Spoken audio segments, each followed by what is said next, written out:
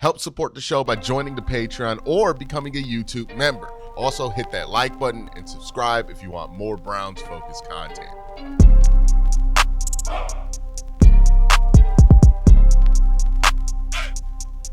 We are so thankfully at the end of this draft process because, I mean, we've gone through the part where this is the draft has a cycle, right, JP? And to help me talk about where we are in the potential, I got my guy JP ACOSTA here. And the cycle is crazy, JP, because you start out and it's like, oh, you're a kid at a candy store because there's all these prospects.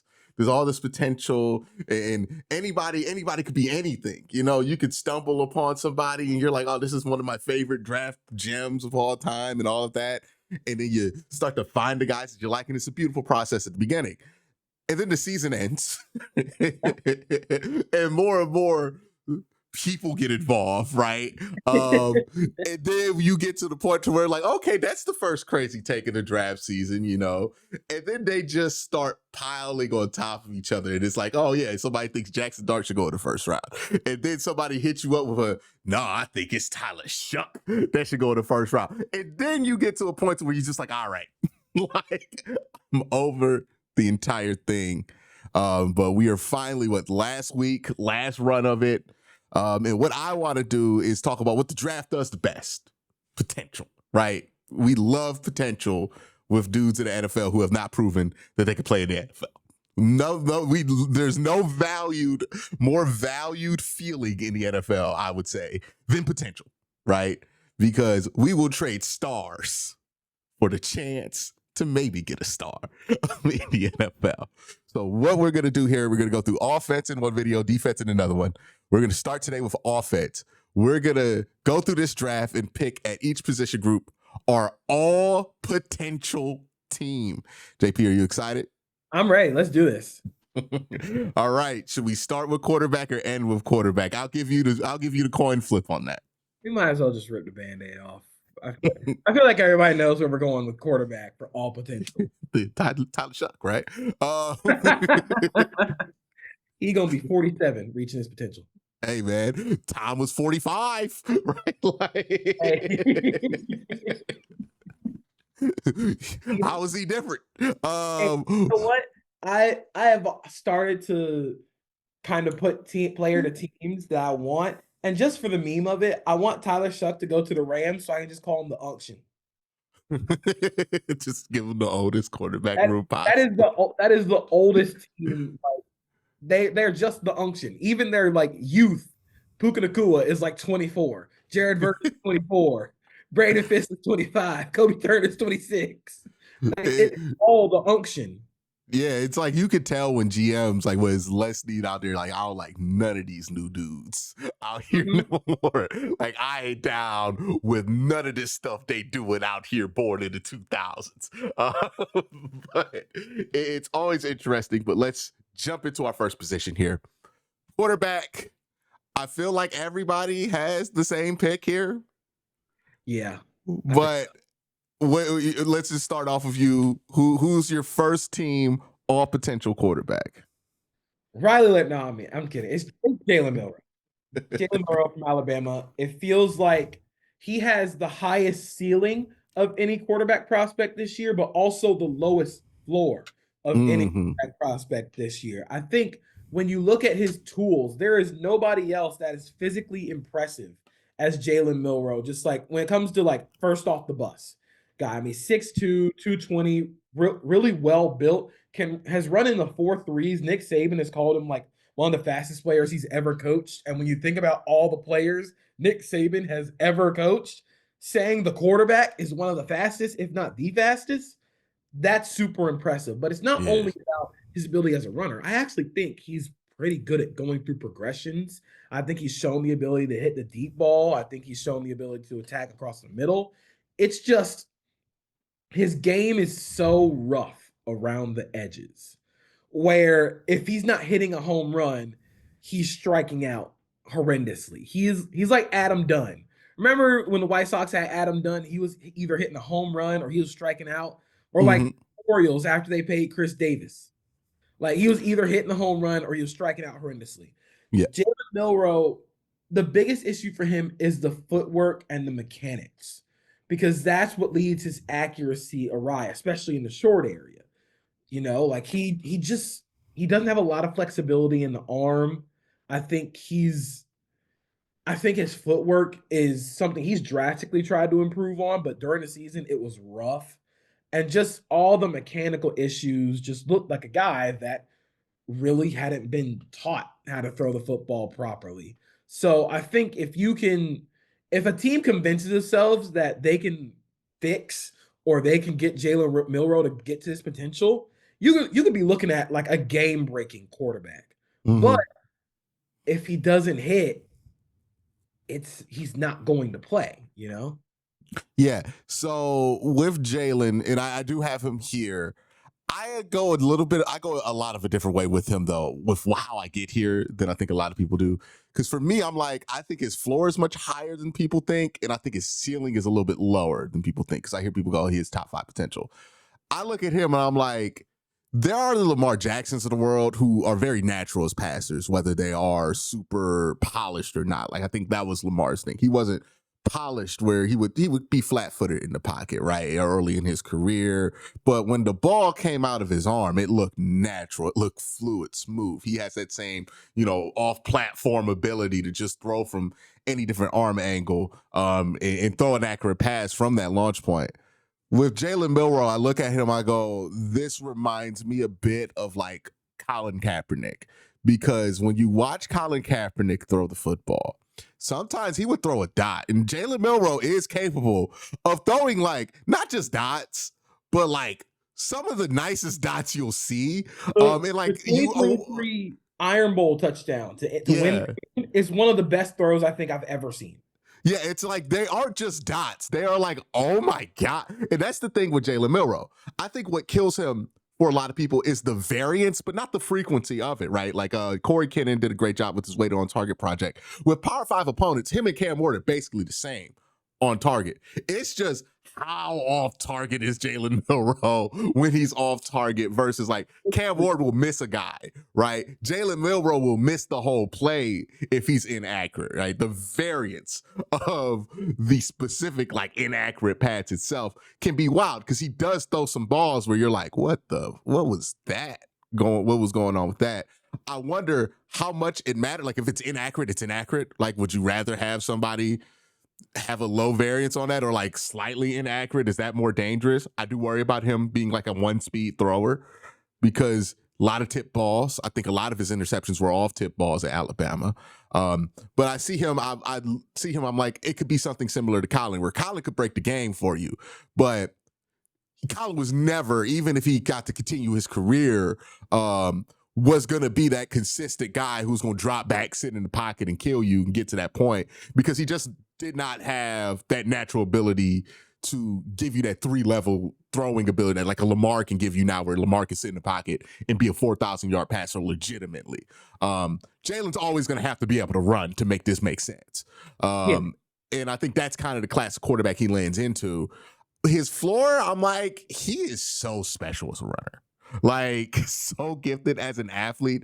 And he's a smart enough football player to where I think you can keep him out there, even if he's not going to be an amazing passer. He might be a low-end starter in the league or a high-end backup, like somewhere around where Justin Fields sits, right? That's Where, exactly the guy that I thought of when I was watching Jalen Milroe. I thought that's Justin Fields. Like mhm, what Justin Fields is right now, not what we thought of Justin Fields coming out of coming Ohio, out. but what Fields is, what he can do, and some of his inconsistencies as a passer, they align perfectly with what Jalen Milroe is. And for a team that wants to get him some run early, you can definitely design some red zone packages for him. You can design like the the fourth and short stuff that Arthur Smith ran with Justin Fields. Like you can see him running that for Jalen Milroe, especially early in his career. But it's just about getting him to his potential as a passer that might take a little more time. And the question is, do you have enough time to do that? Mm-hmm. Yeah, and do you have the patience? I think is most important, right? Because there are some quarterbacks by the end of year 2, there's some quarterbacks that you kind of got to wait. Well, I think Baker is like 100 something starts before you were like, all right, he's actually going to be a starter in the NFL for a long time and be an up level starter, right? Because he has so many up and down years in the NFL. It can be one of those situations where you might get a hot year with Milroe, then he has a bad year, but people are going to be quick to say, hey, they figured him out, right? But it might not be that, right? It might It just could just be be like shit happens. I yeah. think that's the biggest thing we got to learn with draft and evaluation. Shit happens. And I think another thing that like draft evaluators have a hard time with, right? Because when you're under 25 and you have a good game, it's a flash. When you're over 25 and you have a good game, you're inconsistent. Right? Like, and I do wonder, I'm like, with Jalen, I'm like, hey, when it's going with him, it's going, right? And you ain't nothing you could do.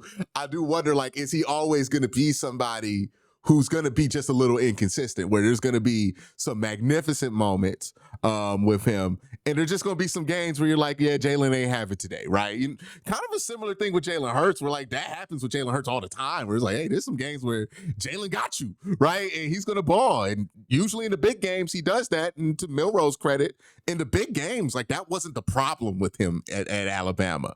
But there are gonna be some games where you're like, dog, why are we barely beating the Jets? Like, and it's largely because Jalen Hurts is not playing that well. And when you look at this as an evaluator of guys, how do you try to differentiate when you're looking at a guy like, hey, is he just inconsistent, or is he just trying to put it all together? I think it depends on the constant growth, especially as a college kid. If you see consistent, like with Jalen Milroe, you could see consistent growth despite some of the inconsistencies from 2023 to 2024. It's what makes you believe in a guy. It's what makes you think, like, oh, I can fix him. Like, he's shown that growth. I think Corey Kinnan, like you mentioned, has shown that and has said, like, Jalen Milroe's footwork and his process and his mechanics has gotten so much better since the season ended. So if you're showing that constant growth, you can still bet on that potential despite the inconsistencies. So I think that's where, for me, it's have you grown year over year? Because if you haven't grown year over year, you're just inconsistent. That is that is the fear there. And that is one of my things about Cam Ward, but that video go on for like 45 minutes. We start talking about him. All right, let's go to running back here. Running back position, all potential. I feel like this is another one. Well, I think people could go a different way with this, but for me, I feel pretty comfortable with who I would have in this spot. Who would you put first team all potential here? Mine is actually a little bit more of an underrated name, or not underrated name, but a name that I don't think has gotten a lot of play in this running back class that, again, just has so many dudes in it. I'm going to go with Texas running back Jadon Blue. I think it's all potential. I see it. He's one of the fastest running backs in this class. I think he ran 4.4 at in the 40 at the combine, but than that. Not only is he extremely fast, he is such a good receiver. That is his biggest calling card, is you can bring him in on third downs and he's going to eat up a linebacker in coverage. You can send him, it's not just he's a check down option as a receiver. You can design routes and targets for him down the field and he is going to win. I think everybody remembers I think he caught a couple of touchdown passes in the Ohio State game in the playoff. That's what Jadon Blue can do for you. He's so fast, so quick, and such a good receiver, but he's only had 214 carries in his college career. He didn't even get the most carries on his college team this year. He only ran for 700 or so yards. So, yes, there's a lot of potential there. He just doesn't have a lot of snaps. He doesn't have a lot of reps under his belt. So I think that's what's going to keep him from going on day one or day two, because you're going to go for guys who have had more carries, more experience. But for me, he has such high potential because of that speed and that ability on third downs. Yeah. Yeah, and I'm looking at his combine numbers. 4.38 at the combine, but pro day ran 4.25 and 4.28.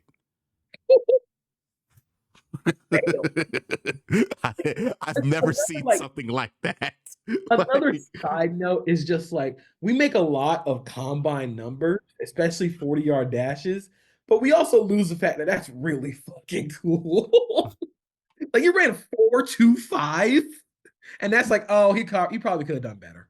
yeah, yeah. Well, also like somebody brought this up at the combine. Like so many people run where they running at the combine, and they end up being like divots. So like that can really just change your time dramatically.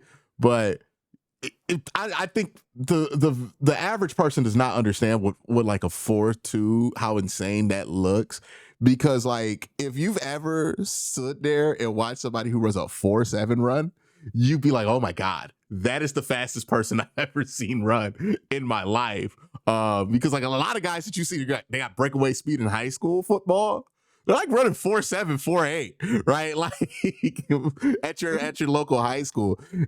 When you see somebody who has like legit 4.3 speed, it's like, oh my God, it is unreal to see up close and personal. And yeah, 4.25, and then coming back and running a 4.28. And I assume this is Texas, so it's probably laser time.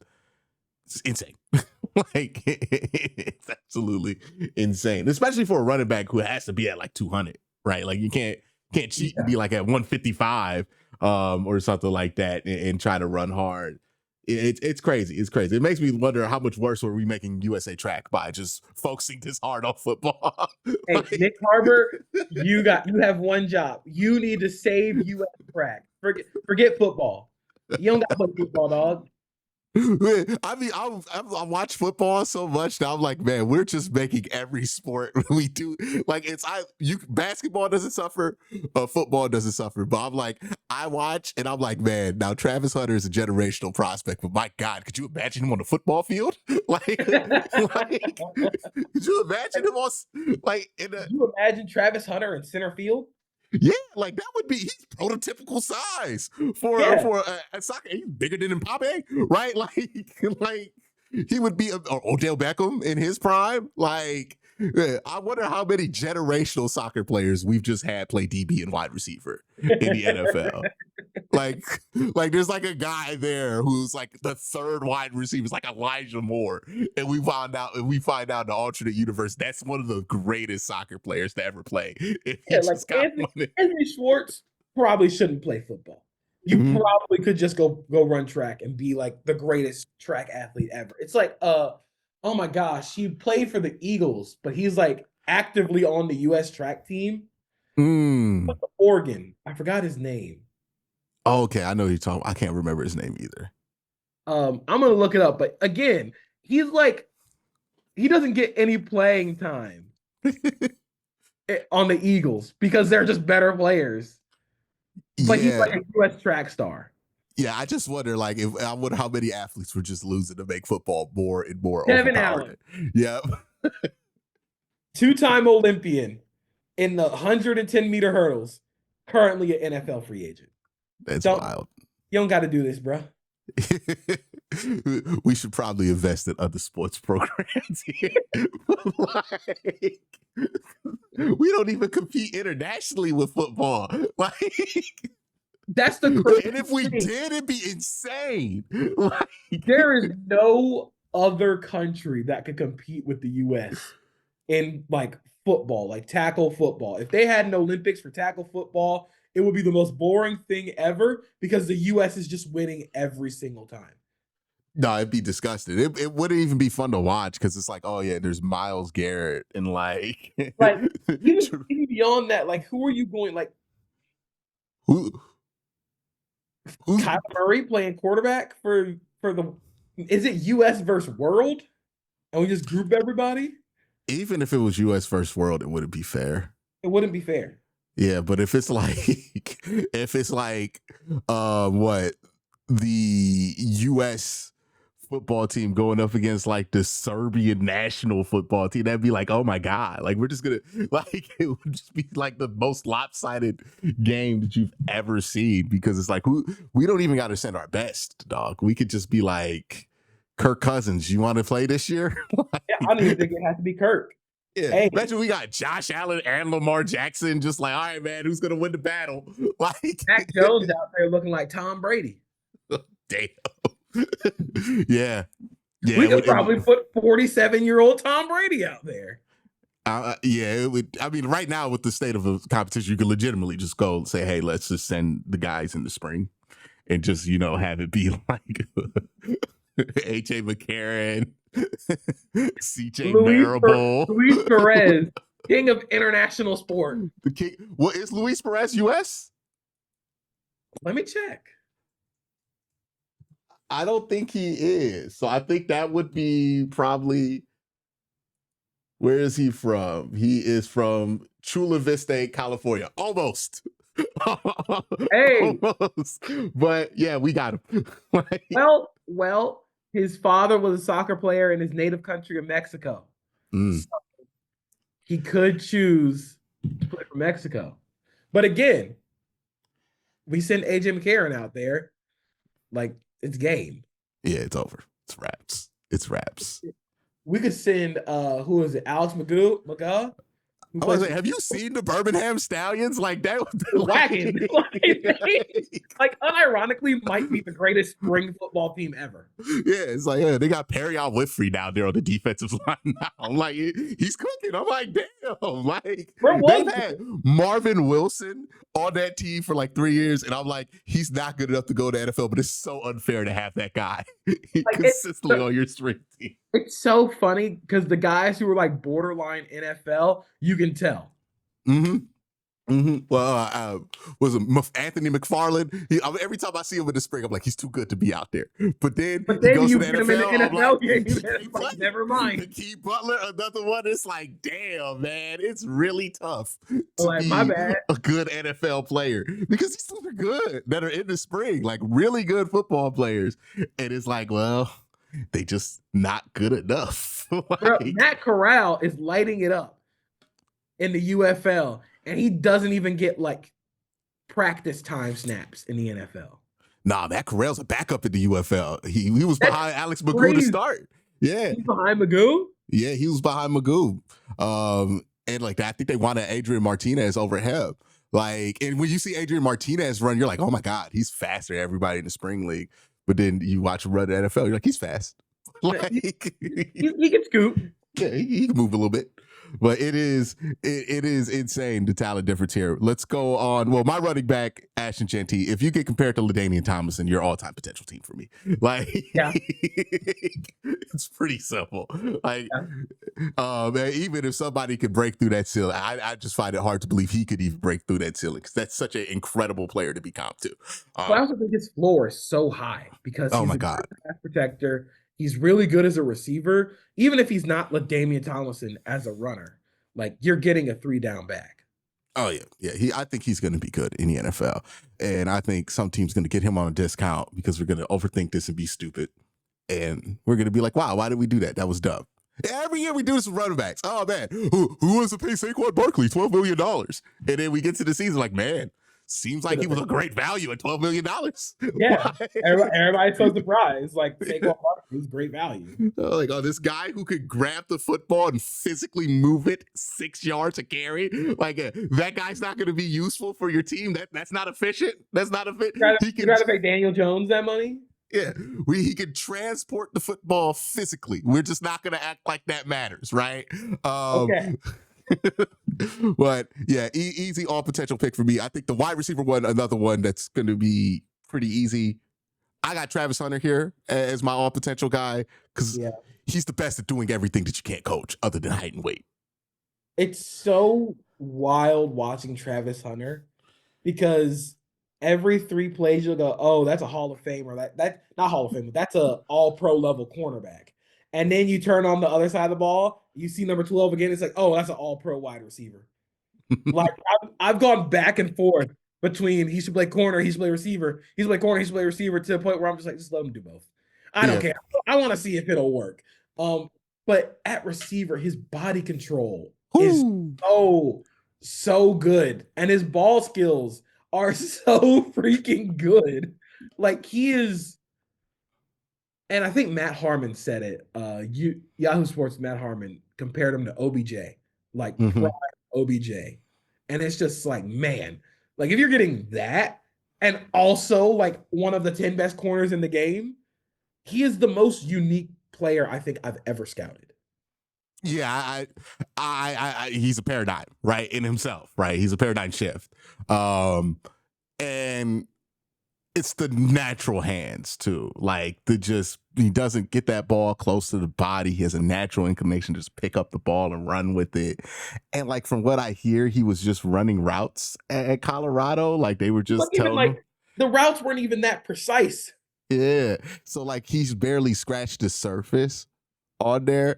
And I'm like, what is a year of NFL coaching gonna do for him? Right. It just at the wide receiver. Because like, he has a pretty solid baseline as a good zone corner, right? Already. His whole life, people have been pushing him towards corner. Yeah. But so he probably has a really solid baseline there. But man, I wonder how, because he had 1,500 yards and it was easy. And the thing I bring up is like every time you watch a Colorado game, you're like, oh, they're in trouble. Here come Travis Hunter doing something incredible, putting Colorado back into the football game, and that is a trait that you can't really quantify that you want on your team. It's like, oh man, when you need something to happen, here comes number 12. This guy just finds a way to come through for you, whether it is catching a ball that is literally 4 feet away from his body with another adult on his back as he contorts impossibly to catch this ball, or just going up and getting it. And yeah, I understand he's not the tallest or the biggest guy in the world, but he makes the best out of what he has to the point to where it doesn't really bug you that he's not the biggest guy in the world. It would be like, man, it's unfair if he was 6'3", like in doing this, right? Mm-hmm. So yeah, there are some fine wide receiver prospects in this class, but the potential with him is just outrageous. Who knows if he lives up to it? We've never seen anything like it. But yeah, the Browns take him at number 2. I have absolutely no problem with the Travis Hunter pick there. I I mean, I would take him at 1. I'm gonna be so serious. I would take him at 1. That well, if I was talking about this with Cole. Like, if even if he gives you minimal production on the other side of the ball, that's still way more than Ted McMillan's going to give you at DB, right? yeah, Like, if he ends up giving you 800 yards a receiver and 4 interceptions as a DB, you still take that because 4 interceptions as a DB, it's like among the best in if the he league. gets one interception, it's like, oh, you had to do that, right? It's Like like, yeah, like, because okay. yeah, it makes so much sense there. And in a year where, in my opinion, I don't think quarterback really makes sense at 1, even though it looks like it's going to happen. Um, a dude like that is the most valuable non-quarterback you can have, even in a year where there's also a pass rusher who looks pretty damn good, right? Like, outside that guy being Myles Garrett, right? It's like, Yeah. oh, this guy got to take that guy, right? The guy who can play 2 positions better than most people can play 1. But yeah, I think Travis Hunter there, wide receiver. This is going to be an interesting one because I don't even really know where I land on the first team all potential for this position. Tight It is. end. There, tight end. Yeah. Tight end is really interesting. There are a lot of guys where you could say their potential is super high, but their floor is also high. Like Tyler Warren, his potential is through the roof, but I also think his floor is high. Mm-hmm. Cole Copeland, I think his floor is high because in 2023, without that AC joint, he was a really good blocker. So my all potential tight end is Mason Taylor from Mason LSU. Taylor. And I say that because Mason Taylor is among the best receivers at tight end in this class. The smoothness of route running, the ability to break off his routes. I think he's a second and third level threat. He can break tackles after the catch. His thing is just he's just small. Not even small. Like he's just not that good of a blocker. He's just not. Like he's going to get pushed around as a Mm-hmm. blocker. And you worry a little bit because you can't really play him as often if you're not gonna be able to block. So you got to try and teach him a little bit more technique, a little bit more of the oomph as a blocker. But man, the ability to catch the ball, the ability to go get vertical in an NFL offense, that's going to play to a lot of people. And if he reaches his potential, we've seen guys like Sam Laporta and Trey McBride be incredible ads for offenses. So I think if Mason Taylor hits his potential, we're looking at one of those kind of guys. Yes, I'm falling between Mason Taylor, and I don't know if this is a odd pick, but I'll go out here and say it. Terrence Ferguson, just Terry because, is a good one. yeah, because look, the athleticism, right? I think he tested the best out of any tight end there. The 10-2 broad, so very explosive. And then the 4.63 dash and the 1.55 split, and what he had a 40-inch vert. Too. He has a smooth game. Like, it's not a real noticeable game when you watch Oregon, but it is a smooth game, right? To him. And I wonder if he gets in the right hands, could that be something where we're like, wow, this guy's so much better as a pro than he was in college? But it's hard to judge. Like, I'm not great at judging tight end potential, to be honest here, right? Because it could be Harold Faden because he's super young, and like has that downfield ability, but I worry about the size, him not being like the biggest guy in the world at that position. And maybe I got AFC North brain. So like I'm just like, oh, these undersized tight ends, it's just not gonna work here. I think another one in terms of potential is Jalen Conyers from Texas Tech. Yeah. Guy that really popped out to me, just like he's such a weird eval because he's short, he's 6'3, 260, 80-inch wingspan. And you're like, oh, okay, like sure, that'll work. He also ran a 4.74 40-yard dash. He had a 121-inch broad jump, 81st percentile, 6'9" 4.3 cone, 85th percentile, 4.27 20-yard shuttle, which is 72nd percentile, excuse me. He ran 4.74 40. And when you watch him play, the funniest thing about Jalen Conyers is that in his career over at Texas Tech and Arizona State, he averaged 4 yards a carry on 30 carries in his career. It's not like he was like a designated short yard goal line package only. They were trotting him out at Arizona State on like 1st and 10 and letting him run wildcat. And it's just like, oh, like I didn't expect you to be here, but I think the ball skills are there. I think his blocking, he gives a lot of effort as a blocker. And he has wiggle to his game as well. But there's some stuff, again, rough around the edges that he needs to trim down. But man, when you think about a multi-tool threat and what teams, this is very like football brain nitty gritty, but what teams want to do with the sneaks and the tush pushes, that feels automatic to get a tight end who can go and do that for you. Like create that easy offense in the red zone. Yeah. All right, let's go. And the way I want to do offensive line is we want to go one tackle, one interior guy. Yeah, we'll go one tackle, one interior guy. I got. All right, let's go with tackle first. My tackle is also on my all JP team, which you should go read. You should go find it on TikTok. I talked about him. William and Mary's Charles Grant is my biggest potential. The FCS guy. Yes, dude. When you watch him play, watch him cut off the backside on zone runs. He is so freaking quick and so fast off the ball. Again, he just started playing football his junior year of high school. He was a wrestler up until then. He's almost 6'5, 311. He's got almost a 35-inch arm length, 81-inch wingspan, huge hands, and you can just see the athleticism, the movement skills. I think he is the perfect zone blocking lineman.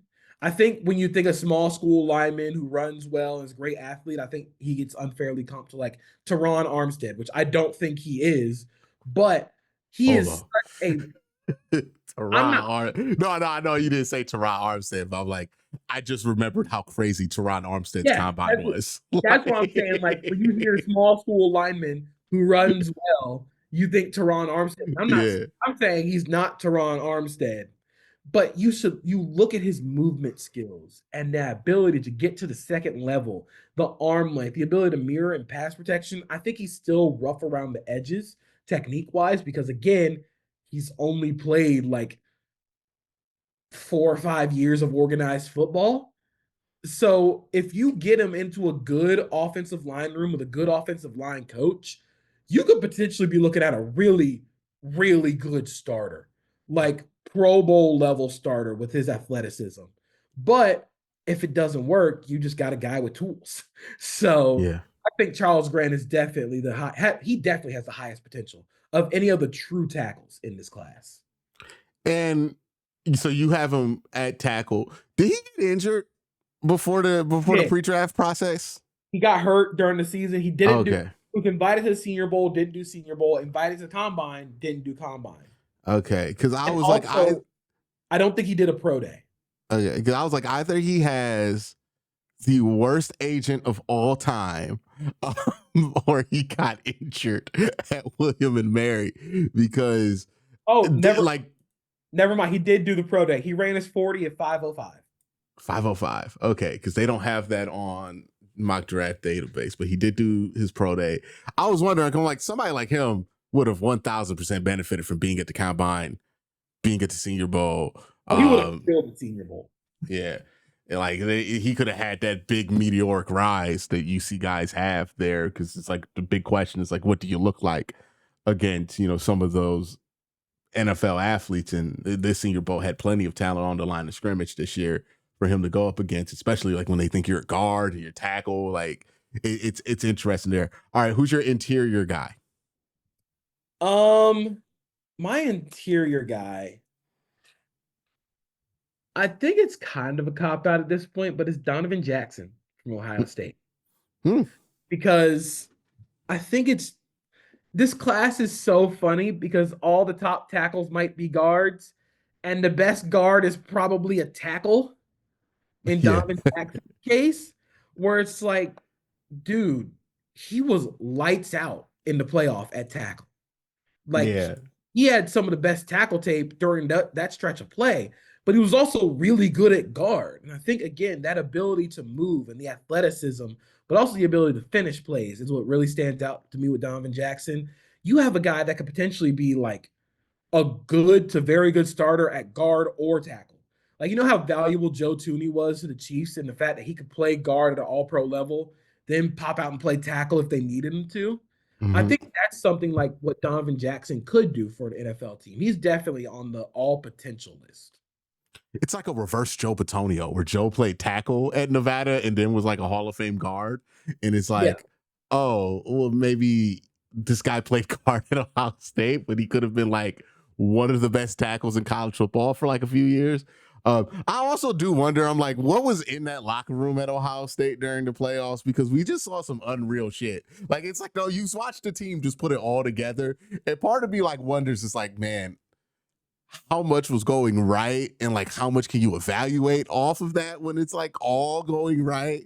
Because like everything went right. Like it wasn't just like Donovan Jackson was playing well, Will Howard played out of his mind, and then well, you got Jeremiah Smith just putting it together, right? Hey, you know what? Sometimes you get hot.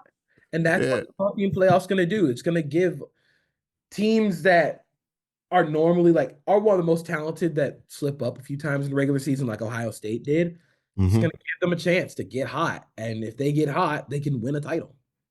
Yeah, especially in the single game elimination format. Talent does win a lot, and it's going to be interesting to see how that goes in college football. Because I am a FCS guy, and look, it ain't gonna do nothing for parity. Having all those extra spots made North Dakota State's ability to win like 8 of them boys easy. A whole lot easier. Yeah. My guy now go with is Gray Zabel. I just love his creativity, right? Like he's real creative. I think he's a solid enough athlete. I think he's a center more than like a guard, but I see a lot of people put him at guard. I think he could be kind of he's like the creativity at center. I think that could be something that can turn him into like one of the better centers in the league. I'm interested to see where he goes. I hate having to give any kind of acknowledgement to a North Dakota State guy, but yeah, I was pretty impressed with him when I watched him in Mobile. And then I always get to see him in college because I have to watch North Dakota State destroy my alma mater every year. So I wonder with Zabel, do teams view him as a guard or a center? Because I think there are some teams that will probably play him at center. Yeah, that want him at guard. So I wonder where he plays, but he's such a great mover. I worry a lot about the play strength because that was the biggest thing for me with him. I think it showed up a little bit in Mobile, but he did really well mitigating it. But on tape, there's some play strength stuff that concerns me. But if he can get that worked out, we've seen what good centers that can move can do for an NFL offense.